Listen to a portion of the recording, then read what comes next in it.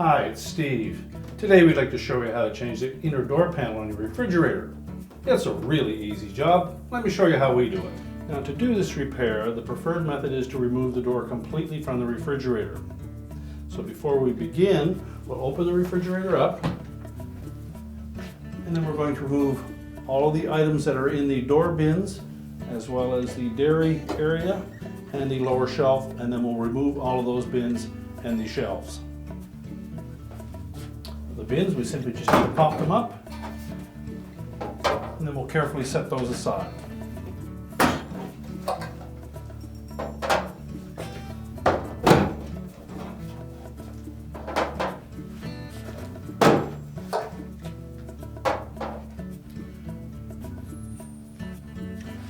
To remove that dairy door, we're simply going to press in on one side and pull it away from the projection on the inner door liner and set it aside.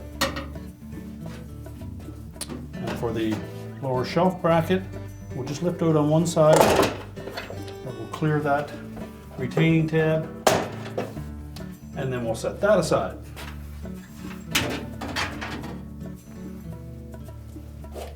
Now we'll close the door back up. And then we're going to remove the hinge cover and then remove the two retaining bolts that secure that upper hinge to the cabinet. The hinge cover just pops off. Just set that aside. Now you need a 3/16 socket to loosen those two hinge bolts. And then you can use a nut driver to remove them.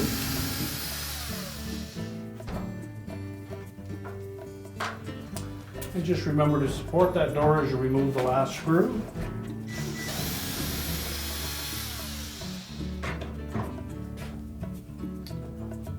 Lift up on the hinge, set that aside. And then we're going to take that door and we'll set it on a suitable work surface where we can change out that inner door panel. You may need two people to remove that door. Just open it slightly, then lift it off the bottom hinge. And now we can do our repair.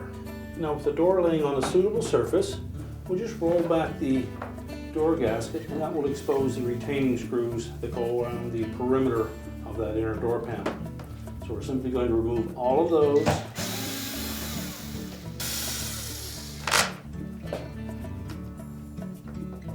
Now, as you get into the corners, use extra caution that you don't tear the gasket when you fold it back to remove the screws.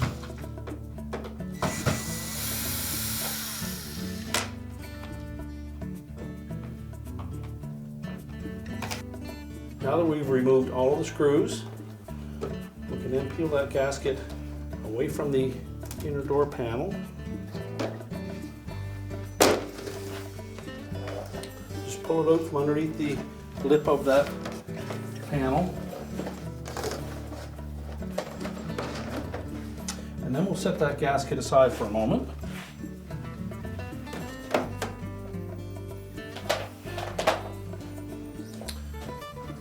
We can lift off the old inner door panel, but we're going to want to remove this seal across the bottom.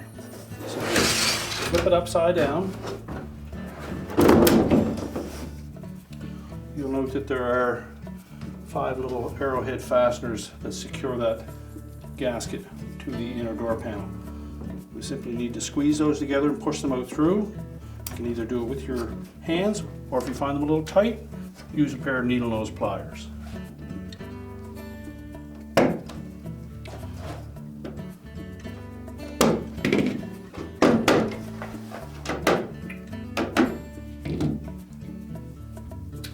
Just remove that whole assembly, and we'll set that aside for a moment until we have the new inner door panel lined up.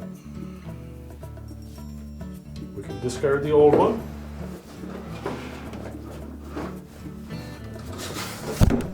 Now, before we install that seal at the bottom of the door, just take note that the new door liner only has 3 holes for those pins. So you can either drill 2 more, but you'll find that 3 of them are sufficient. So we'll simply remove two of the other ones and discard them. And we'll tilt that door liner up and install that part.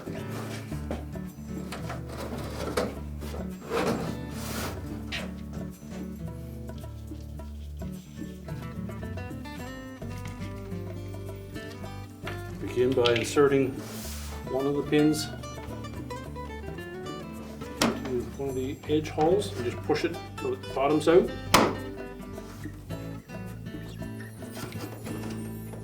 We're going to continue until we have all three of those snapped into place and that gasket is intact.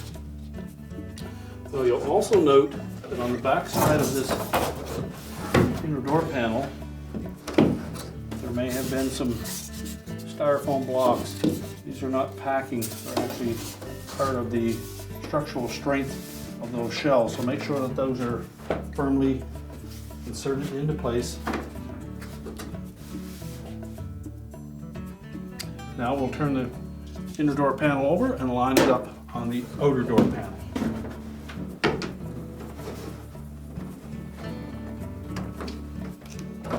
If you look around the perimeter, the oval openings through that inner door panel should line up over the screw holes. So center them as best as possible. And we'll take our gasket, just lay it roughly into place. And what we'll need to do with that gasket is tuck that short edge with the rib on it underneath that inner door panel and start somewhere on one of the long sides.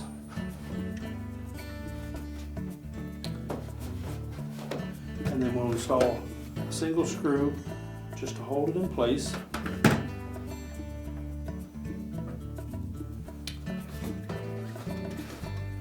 Be sure the gasket is pushed in underneath and that rib fits into that channel.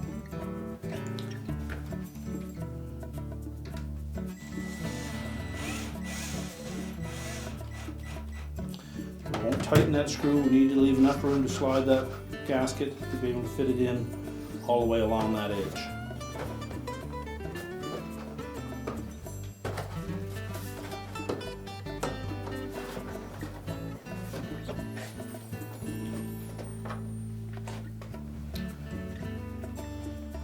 So just tuck a section of that under that gasket and then insert a few screws just to hold it in place.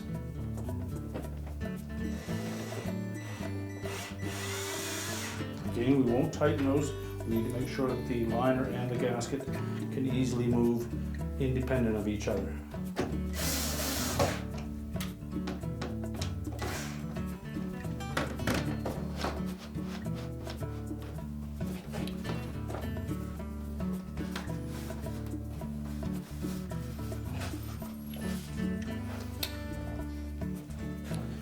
Now we'll also want to make sure that we allow the corners to wrap around before we install any screws in that area. So pull the gasket until it wraps around the corner. Tuck it under that edge of the door liner.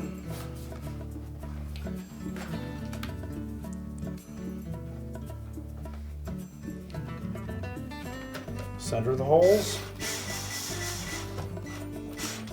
And put a couple of screws in to hold it from moving.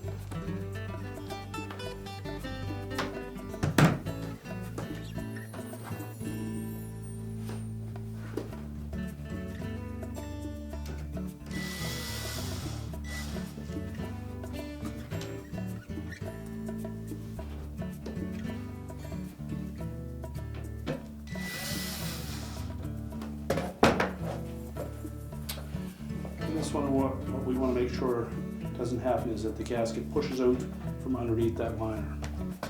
If so, you'll need to loosen the screw just enough. Tuck it back in. And while holding pressure laterally on it to hold it against that gasket, to hold it against that liner, snug that up.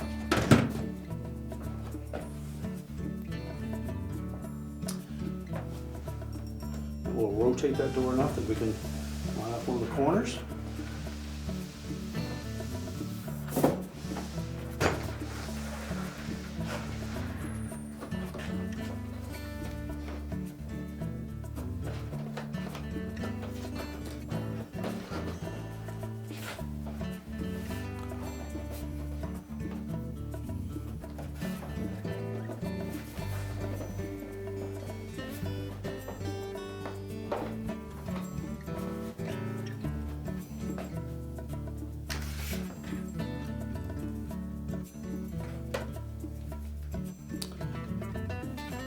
Make sure the gasket is tucked in place. And again, just put a screw in enough to hold it from moving too much.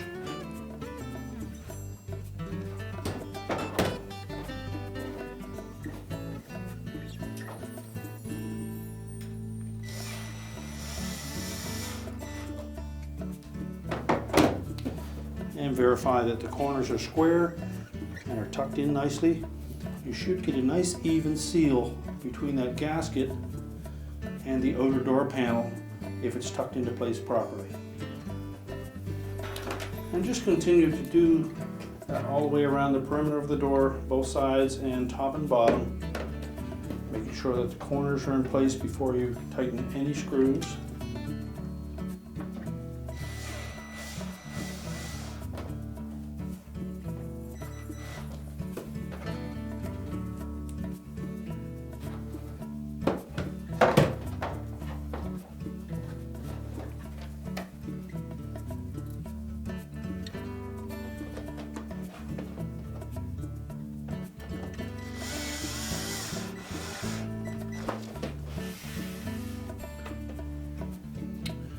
Now, once we have everything square there, all the corners are nice and square, and we've got that gasket tucked in all along the edge of that liner, we can go ahead and put the rest of the screws in before we tighten them. Make sure that we don't have any gasket pushing out. Make sure it's nice and flush with the outer door panel, and then snug them all up.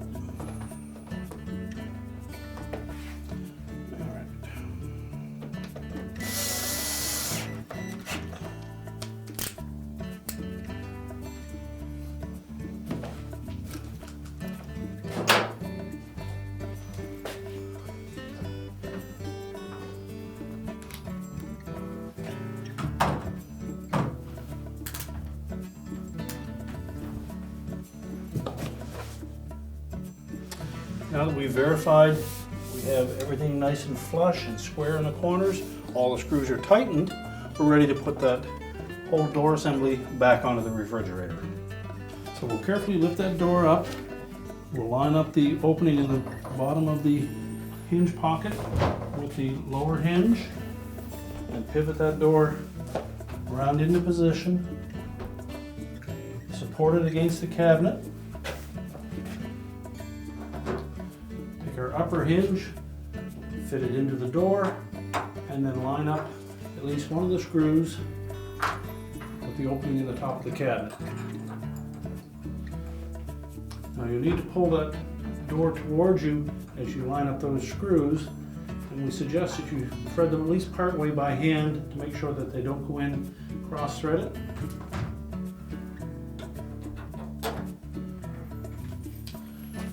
We'll tighten those up.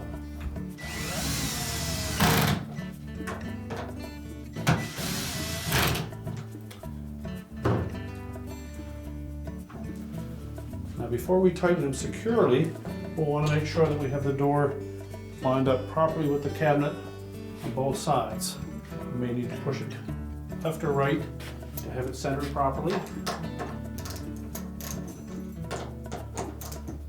Once you have it straight, we'll tighten those bolts. Use your ratchet and socket to make sure they're nice and secure.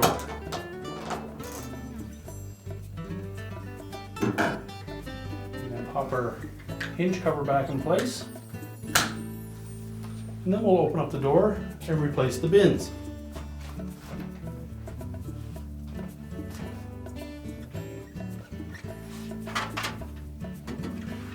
We'll begin with the lower shelf bin, and you note that there are two slotted areas that will fit over these tabs. So just hook one side in, and then while pressing it into place on the opposite side, drop it down until it locks in place. Position your individual door bins.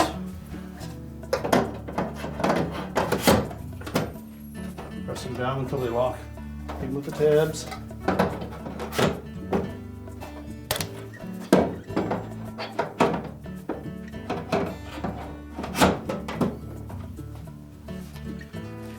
When installing the dairy door, we're going to line up either side with the pin on the inner door panel, and simply depress the other side, compress it enough that it'll fit over it, and it should hinge freely.